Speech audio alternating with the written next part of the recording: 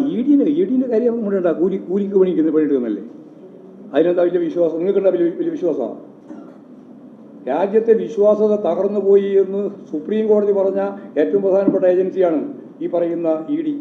ഇനി ഇ ഡിയെ മഹത്വവൽക്കരിച്ച് ചോദ്യങ്ങളൊന്നും ചോദിക്കേണ്ട കാര്യമില്ല. അത് അതിൻ്റെ രീതിയിൽ കൈകാര്യം ചെയ്യും. ആരായാലും എല്ലാവരും ലക്ഷ്യം വെക്കാം. ആരെ ലക്ഷ്യം വെച്ചുകൂടാതെ? രാഷ്ട്രീയമായിട്ട് നിങ്ങൾക്ക് ആരെയും ലക്ഷ്യം വെക്കാം. ആ ലക്ഷ്യം വെക്കുന്നത് ആരാണ് എന്നുള്ളതാ ചോദ്യം. ആരാണ് എന്നുള്ളത് ഞാൻ നേരത്തെ പറഞ്ഞ ഉത്തരം. ആരാ?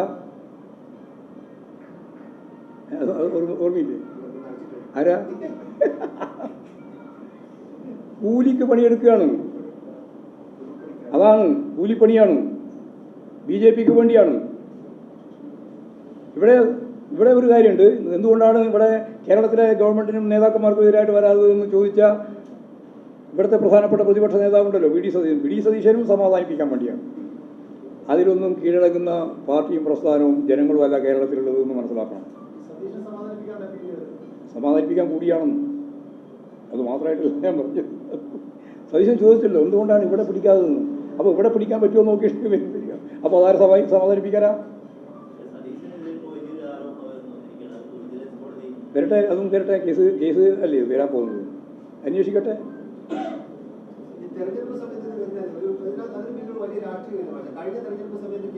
അല്ല, ഇത് അസംബ്ലിയിൽ തന്നെ ഉന്നയിച്ചതാണല്ലോ. ഇത് സെൻട്രൽ ഏജൻസികളെ എല്ലാ കാലത്തും അവർ ഉപയോഗിച്ചുകൊണ്ടിരിക്കുകയല്ലേ. അങ്ങനെ സെൻട്രൽ ഏജൻസികളെ രാഷ്ട്രീയ ലാഭത്തിന് വേണ്ടി എന്നാണ് ഞങ്ങൾ ഇതേപോലെ പറഞ്ഞിരുന്നത്. എന്നാൽ ഇപ്പോൾ പറയുകയാണ് രാഷ്ട്രീയ ലാഭത്തിന് വേണ്ടിയില്ല, പണം ഉണ്ടാക്കാൻ, കട്ട് മുടിക്കാൻ കോടാനുകോടി ഉറപ്പിക്കുക. ഒന്നും ഉണ്ടായിട്ട് അതൊക്കെ ഞങ്ങൾക്ക് കിട്ടേണ്ടത് കിട്ടി. എന്ത് കിട്ടേണ്ടത്? ആ കള്ളപ്പണക്കാരൻ്റെ, കുറ്റവാളികളുടെ കയ്യിൽ നിന്ന് ഭീഷണിപ്പെടുത്തി വാങ്ങുകയാണ്. ഗുണ്ടാ പിരിവാണ് BJP നടത്തിയത്. ഗുണ്ടാ പിരിവ്. ആ ഗുണ്ടാ പിരിവ് നടത്തിയിട്ടാണ് ഈ പറഞ്ഞ ഞാൻ നേരത്തെ പറഞ്ഞ സംഖ്യ ഉണ്ടല്ലോ, ഇത്രയും കോടി ഉറപ്പിക്കുക. എത്ര? 8251 കോടി. ചെറിയ ഗുണ്ടാ പിരിവല്ല. നമ്മുടെ നാട്ടിലെ ഗുണ്ടകളെ പറ്റി പിരിക്കുമ്പോൾ ഒരു 1000, 2000, 1 ലക്ഷമൊക്കെയാണ് പിരിക്കുക.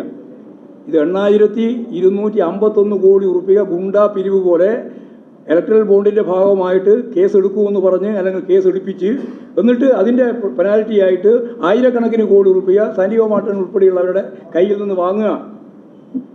ഒരു മാന്യത നടിച്ച് നടക്കുകയാണ് കോൺഗ്രസും BJP എല്ലാം. അതിലൊന്നാം പ്രതി BJP തന്നെയാണ്. അതിൻ്റെ ഒപ്പം BJPയുടെ ഒപ്പം കോൺഗ്രസ് ഉണ്ടെന്ന് മാത്രമേ.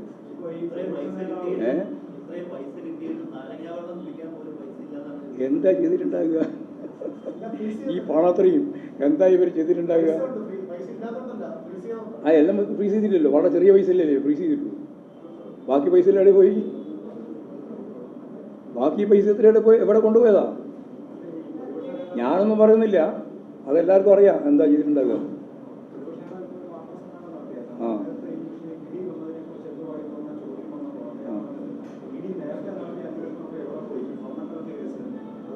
അതെ അതന്നെ. അതാണിപ്പോൾ പറഞ്ഞുകൊണ്ടിരിക്കുന്നത്. ഇരയില്ലാത്ത കാര്യമാണ് പറഞ്ഞുകൊണ്ടിരിക്കുന്നത്. അതുകൊണ്ട് എന്ത് ചെയ്യാൻ പറ്റും? ഇമാതിരി കേസിനെല്ലാം ഏതെങ്കിലും രീതിയിൽ വല്ല തെളിവുണ്ടോ? വെറുതെ പറയല്ലേ, പ്രചരിപ്പിക്കല്ലേ. പ്രത്യേകിച്ച് ഇടതുപക്ഷ ജനാധിപത്യ മുന്നണിയെയും പാർട്ടിയെയും CPM-നെയും അതുപോലെ തന്നെ മുഖ്യമന്ത്രിയെയും ഒക്കെ പരിഹസിക്കുന്നതിന് വേണ്ടിയിട്ട്, അപഹസിക്കുന്നതിന് വേണ്ടിയിട്ടുള്ള ഓരോരോ കാര്യം കണ്ടുപിടിച്ച് പറയല്ലേ ഈ പറയുന്ന ഈ നിരവധിയായ കേന്ദ്ര ഏജൻസികൾ. അതല്ലേ സംഭവം. അന്തർധാര BJPയും കോൺഗ്രസും തമ്മിലുള്ള അന്തർധാരക്കും കാസർഗോഡ് കണ്ടല്ലോ. പഞ്ചായത്ത് ഇപ്പോൾ ഈ ഇലക്ഷൻ്റെ ഇടയിൽ പോയിട്ട് പഞ്ചായത്ത് പ്രസിഡന്റിനെ മാറ്റുന്നതിന് വേണ്ടിയിട്ട് അങ്ങോട്ടും ഇങ്ങോട്ടും ചോദിച്ച് നിലപാട് സ്വീകരിക്കാൻ നമ്മൾ കണ്ടതല്ലേ കൈ വിളിക്കുക. അതൊന്നും പറയണ്ട. അന്തർധാരയെ സംബന്ധിച്ച് ഞങ്ങൾക്ക് നല്ല ധാരണയുണ്ട്, കേരളത്തിലെ ജനങ്ങൾക്കും നല്ല ധാരണയുണ്ട്. സതീശൻ പറഞ്ഞാൽ ഉണ്ടാവുന്നതല്ല അന്തർധാര. അത് ആരാണ് അന്തർധാര ഉണ്ടാക്കുന്നത് എന്ന് നമുക്ക് എല്ലാവർക്കും അറിയാം. ഇന്നത്തെ കോൺഗ്രസ് അപ്പോൾ ആസാം മുഖ്യമന്ത്രി പറഞ്ഞത് നിങ്ങൾ വായിച്ചില്ലേ? വായിച്ചാ? ഇല്ലെങ്കിൽ വായിച്ചു നോക്കേണ്ടിയാണ്. എന്താ? ഒരു പുതിയ പ്രയോഗമാണ്. വായിച്ചില്ല? ആരും വായിച്ചില്ലേ? വായിച്ചാ? ആസാം മുഖ്യമന്ത്രി, പഴയ കോൺഗ്രസ് നേതാവാണ് ഇപ്പോഴത്തെ ആസാം മുഖ്യമന്ത്രി BJP. എന്താ പറഞ്ഞത്?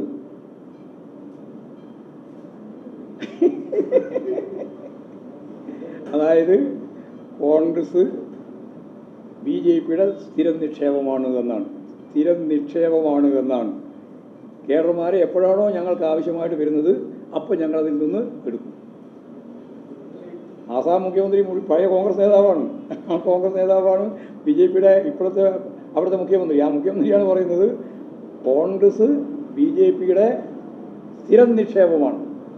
ആ സ്ഥിരം നിക്ഷേപത്തിൽ നിന്ന് എപ്പോൾ വേണമെങ്കിലും ഞങ്ങൾക്ക് പിൻവലിക്കാം, അവരെ എടുക്കാം എന്നാണ്. അതന്നെയല്ലേ ശരി? അതിന് ദിവസം തെറ്റ്. കോൺഗ്രസ് എന്നല്ലേ ദിവസം പോയിക്കൊണ്ടിരിക്കുന്നത്, ഓരോ ദിവസവും പോയിക്കൊണ്ടിരിക്കുന്നത്. അതല്ലേ അവർ പിൻവലിച്ചുകൊണ്ടിരിക്കുന്നത്. അതല്ലേ അവർ പറയുന്നത്. ഞാൻ പറയുന്നതല്ല. പ്രസിഡന്റ് ആയിരുന്ന കോൺഗ്രസിൻ്റെ വലിയ നേതാവായിരുന്ന ആൾ മുഖ്യമന്ത്രിയായിട്ട് വന്ന ആസാമിലെ മുഖ്യമന്ത്രിയാണ് പറഞ്ഞത്. ഇന്ന് പത്രത്തിൽ വന്നിട്ടുണ്ട് വാർത്ത. കേസിലായതൊന്നും പോയിട്ടേ ഇല്ല. അതൊക്കെ നിങ്ങളുടെ വിശ്വാസമാണ്. ഞാൻ അന്നേ പറഞ്ഞല്ലോ പോയിട്ടില്ല. പിന്നെ നിങ്ങളിപ്പോൾ ആരാ ചോദിച്ചുകൊണ്ടിരിക്കുന്നത്? കേസലാമെന്നുണ്ടോ ചോദിച്ചാൽ ആരാ? ഏത് പത്രം? ജനയുക. ജനമാണ്. ജനത്തിന് പിന്നെ അതിന് വേണ്ടി കണ്ണുകൊണ്ട് നടത്തിയിരിക്കുക. അത് കോൺഗ്രസ് നോക്കിയാൽ മതി. CPM സംബന്ധിച്ചിടത്തോളം ഇങ്ങനെ ഏതെങ്കിലും രീതിയിൽ അങ്ങോട്ടും ഇങ്ങോട്ടും മാറുന്നതല്ല. രാഷ്ട്രീയമുണ്ട്. രാഷ്ട്രീയത്തിൻ്റെ ഭാഗമായിട്ട് മാത്രമേ മാറൂ. രാഷ്ട്രീയ നിലപാടിനെ അടിസ്ഥാനപ്പെടുത്തിയിട്ടാണ് പാർട്ടി നിലകൊള്ളുന്നത്. അതുകൊണ്ടാണ് രാജേന്ദ്രൻ ശരിയായ നിലപാട് സ്വീകരിക്കുന്നത്.